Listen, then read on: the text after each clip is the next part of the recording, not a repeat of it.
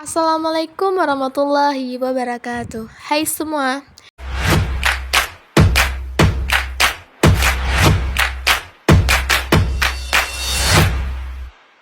Di video kali ini saya akan membahas materi dari kelompok kami, yaitu tentang tinjauan dan intervensi permasalahan siswa, perilaku off-task, agresivitas, dan bully. Baiklah, sebelum kita mulai, perkenalkan kami dari kelompok 3 yang beranggotakan Afliana, Devi Ulansari Siregar, dan Amrina Rosyada. Materi pertama, kami membahas tentang perilaku off-task. Apa sih itu perilaku off-task? Perilaku off-task adalah perilaku di mana siswa benar-benar melepaskan diri dari tugas untuk terlibat dalam perilaku lain yang tidak sesuai dengan kegiatan belajar. Adapun bentuk-bentuk perilaku off-task. Yang pertama, off-task motorik behaviors adalah aktivitas di luar pembelajaran yang dilakukan oleh siswa dan cenderung mengganggu jalannya proses belajar dengan melakukan gerakan-gerakan tubuh yang berlebihan, seperti berjalan-jalan saat proses belajar, melempar-lempar kertas, dan keluar masuk ruangan. Yang kedua, off-task verbal behaviors adalah aktivitas di luar pembelajaran yang dilakukan oleh siswa dan cenderung mengganggu dengan melibatkan kata atau kalimat yang dilontarkan selama proses belajar di kelas berlangsung, seperti berbicara kotor, bersiul, bersendawa, ataupun bernyanyi saat belajar di kelas. Ketiga, ada off-task passive behaviors adalah aktivitas di luar pembelajaran yang dilakukan oleh siswa dengan tidak terlibat dalam kegiatan kelas dan enggan terlibat dalam proses pembelajaran yang sedang berlangsung, seperti melamun, tertidur, menatap keluar ruangan, sehingga membuat tugas yang diberikan guru tidak dapat diselesaikan. Perilaku off-task dapat disebabkan oleh berbagai faktor, diantaranya yang pertama, untuk mendapatkan perhatian orang dewasa, teman sebaya, atau bahkan memberikan kesempatan untuk melakukan aktivitas yang lebih disukai, seperti berbicara dengan teman atau bermain dengan benda-benda. Yang kedua, untuk melarikan diri atau menghindari kegiatan yang tidak diinginkan, seperti menulis atau membaca. Yang ketiga, dapat terjadi pada siswa yang mengalami gangguan neurobehavioral seperti sindrom Voyret atau attention deficit disorder. Selanjutnya ada agresivitas. Menurut Myers, David G. 2012 mendefinisikan agresif sebagai perilaku fisik atau verbal yang dimaksud untuk menyebabkan kerusakan. Yang kedua, menurut Baron, Robert A. dan Byrne Don 2005 tentang agresif, yaitu siksaan yang diarahkan secara sengaja dari berbagai bentuk kekerasan terhadap orang lain. Yang ketiga, menurut Underham, A.M. dan Sun, A.M. 2010, adapun perilaku-perilaku yang mengintimidasi dan agresif adalah masalah serius yang berdampak negatif bagi kesehatan mental peserta didik di sekolah dan prestasi peserta didik di sekolah. Adapun faktor-faktor yang mempengaruhi perilaku agresif yaitu menurut Laura A. 2010 yaitu faktor biologis dan faktor psikologis. Dan dari faktor biologis itu mencakup pandangan ekologi, dasar genetik, dan faktor neurobiologis.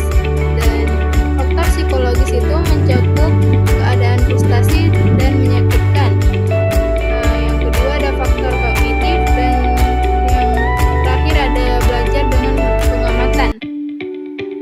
Dan adapun bentuk-bentuk perilaku agresif yang dikemukakan oleh Bush, H. dan Pri M. 1992 mengelompokkan perilaku agresif ke dalam 4 bentuk agresif, yaitu agresif fisik dan agresif fisik, agresif verbal, marah, permusuhan. Agresif fisik merupakan kecenderungan individu yang melakukan serangan secara fisik sebagai ekspresi kemarahan, seperti melukai dan menyakiti orang lain secara fisik. Agresif verbal itu merupakan kecenderungan untuk menyerang orang lain memberi stimulus yang merugikan dan menyakitkan orang lain secara verbal, seperti melukai dan menyakiti orang lain melalui verbal. Selanjutnya ada marah. Marah merupakan representasi emosi atau afektif berupa dorongan fisiologis sebagai tahap persiapan agresif. Yang keempat ada permusuhan, merupakan perasaan sakit hati dan merasakan ketidakadilan sebagai representasi dari proses berpikir atau kognitif, seperti perasaan benci dan curiga pada orang lain, merasa kehidupan yang dialami tidak adil dan sulit hati. Selanjutnya ada bullying. Menurut Always 1997 menyatakan bahwa bullying adalah perilaku negatif yang mengakibatkan seorang dalam keadaan tidak nyaman atau terluka dan biasanya terjadi berulang-ulang, yang ditandai dengan ketidakseimbangan kekuasaan antara pelaku dan korban. Menurut Riswati dan Widayanti 2009, perilaku bullying merupakan salah satu bentuk dari perilaku agresi, seperti ejekan, hinaan, dan ancaman. Seringkali merupakan sebagai suatu pancingan yang dapat mengarah ke agresi. Dan ada yang namanya karakteristik bullying. Karakteristik bullying itu merupakan tingkah lakunya para pembuli, mana menurut Sejiwa itu ada beberapa karakteristik yang terdapat pada pelaku bullying, yaitu pelaku bullying itu merupakan murid atau seorang anak yang memiliki fisik besar dan kuat. Dan yang kedua itu pelaku bully itu dia bisa jadi memiliki tubuh kecil, namun memiliki psikologis yang besar di kalangan teman-teman sebayanya. Yang ketiga itu ada dia memiliki kekuatan dan kekuasaan di atas korban bullying. Dan yang keempat, dia memiliki rasa puas apabila pelaku berkuasa di kalangan teman sebaya. Yang kelima ada dia memiliki rasa kepercayaan diri yang rendah sehingga melakukan bullying untuk menutupi kekurangan pada dirinya. Yang keenam, bisa jadi seorang pembuli itu memiliki kepercayaan diri yang begitu tinggi dan memiliki dorongan untuk selalu menindas serta melakukan kekerasan terhadap anak-anak yang lemah. Yang ketujuh ada sifatnya yang temperamental sehingga individu melakukan kesalahan bullying kepada orang lain sebagai pelampiasan rasa kesal dan kekecewaan diri individu. Yang ke-8, karena seorang pembuli itu biasanya tidak memiliki teman, dengan adanya situasi bully yang membuatnya memiliki pengikut, sehingga dia merasa memiliki teman dengan dia melakukan bully terhadap orang yang lemah. Yang ke-9 ada seorang pembuli itu takut menjadi korban pembuli sehingga dia berinisiatif untuk menjadi pembuli, karena pada dasarnya seorang yang tidak memiliki teman itu kadang menjadi korban bully. Jadi dia tidak ingin menjadi korban bully dan membuat orang yang lemah itu menjadi orang yang menjadi lampiasannya, karena si pembuli ini takut menjadi korban bully. Yang terakhir ada dia mengulangi kejadian tersebut. Bagaimana ia diperlakukan oleh keluarganya. Jika keluarganya memukulnya, maka dia mengulanginya itu kepada temannya.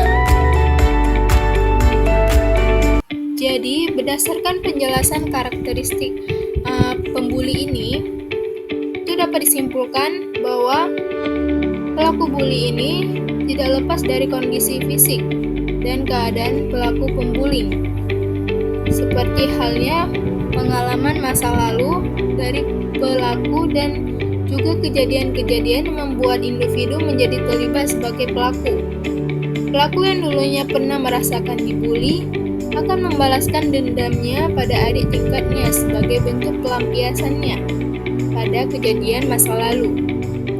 Pelaku berani melakukan tindakan bully ini didukung oleh teman-temannya dan juga dari segi badannya besar, sehingga pelaku berani melakukan tindakan bullying pada orang yang lebih lemah dari dirinya. Tindakan bullying ini juga dilakukan secara berulang-ulang sehingga akan membuat korban menjadi tertekan dan takut ketika bertemu si pelaku. Dan di sini ada aspek-aspek bullying, yaitu yang pertama ada aspek inherent, yaitu kegiatan yang bertujuan untuk menolak atau mengeluarkan dan menjauhi seseorang dari kelompok pertemanan atau meninggalkannya dari berbagai hal secara disengaja, seperti memfitnah seseorang dengan menceritakan kebohongan tentang seseorang agar orang tersebut dinilai buruk oleh teman-temannya. Selanjutnya ada aspek fisikal, yaitu kegiatan melukai seseorang dengan cara memukul, menendang, mendorong, mempermainkannya atau meneror dan melakukan hal yang bertujuan untuk menyakiti dan mencederai. Seperti menurut Riaustina dan kawan-kawan, Argiati 2010 mengelompokkan perilaku bullying ke dalam 5 bentuk, yaitu kontak fisik langsung, kontak verbal langsung, perilaku non-verbal langsung, perilaku non-verbal tidak langsung, dan pelecehan seksual. Dan adapun faktor-faktor yang mempengaruhi perilaku bullying, yaitu ada faktor individu, faktor keluarga, faktor teman sebaya, faktor sekolah, faktor media, dan faktor kontrol diri. Dari faktor individu, kita bisa dapat lihat bahwa faktor utama itu adalah adanya pembuli dan korban pembuli. Pembuli cenderung menganggap dirinya senantiasa diancam dan berada dalam bahaya. Pembuli ini biasanya bertindak itu menyerang sebelum diserang. Biasanya seorang pembuli itu memiliki fisik yang kuat sehingga para korbannya itu diam, tidak membalas. Dan korban bully itu ialah seorang yang menjadi sasaran bagi beberapa tingkah laku agresif. Dengan kata lain, korban ialah orang yang menjadi sasaran pembuli. Yang kedua itu ada faktor keluarga, di mana keluarga itu turut memainkan peranan yang penting dalam membentuk perilaku membuli. Kadang orang tua yang sering bertengkar cenderung membentuk anak-anaknya untuk menjadi lebih agresif. Yang ketiga yaitu ada faktor teman sebaya. Teman sebaya juga memiliki peran penting yang mana itu dengan kehadirannya sebagai pengamat secara tidak langsung membantu pembuli memperoleh dukungan kuasa dan status. Dalam banyak kasus, saksi atau teman sebaya yang melihat itu umumnya bersifat diam diri dan tidak mau campur tangan. Yang keempat ada faktor sekolah.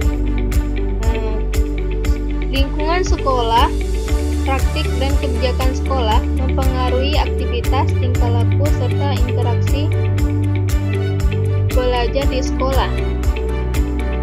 Dan jika hal ini tidak dipenuhi, maka pelajar mungkin bertindak untuk mengontrol lingkungan mereka dengan melakukan tingkah laku antisosial seperti melakukan bully terhadap orang lain. Yang kelima ada faktor media, di mana paparan aksi dan tingkah laku kekerasan yang ditayangkan di televisi dan media elektronik itu akan mempengaruhi tingkah laku kekerasan anak-anak dan remaja. Yang keenam ada faktor kontrol diri, di mana faktor kontrol diri itu berasal dari diri individu. Kontrol diri ini memiliki setiap individu yang berbeda-beda. Ada yang memiliki kontrol diri yang tinggi dan ada yang memiliki kontrol diri yang rendah.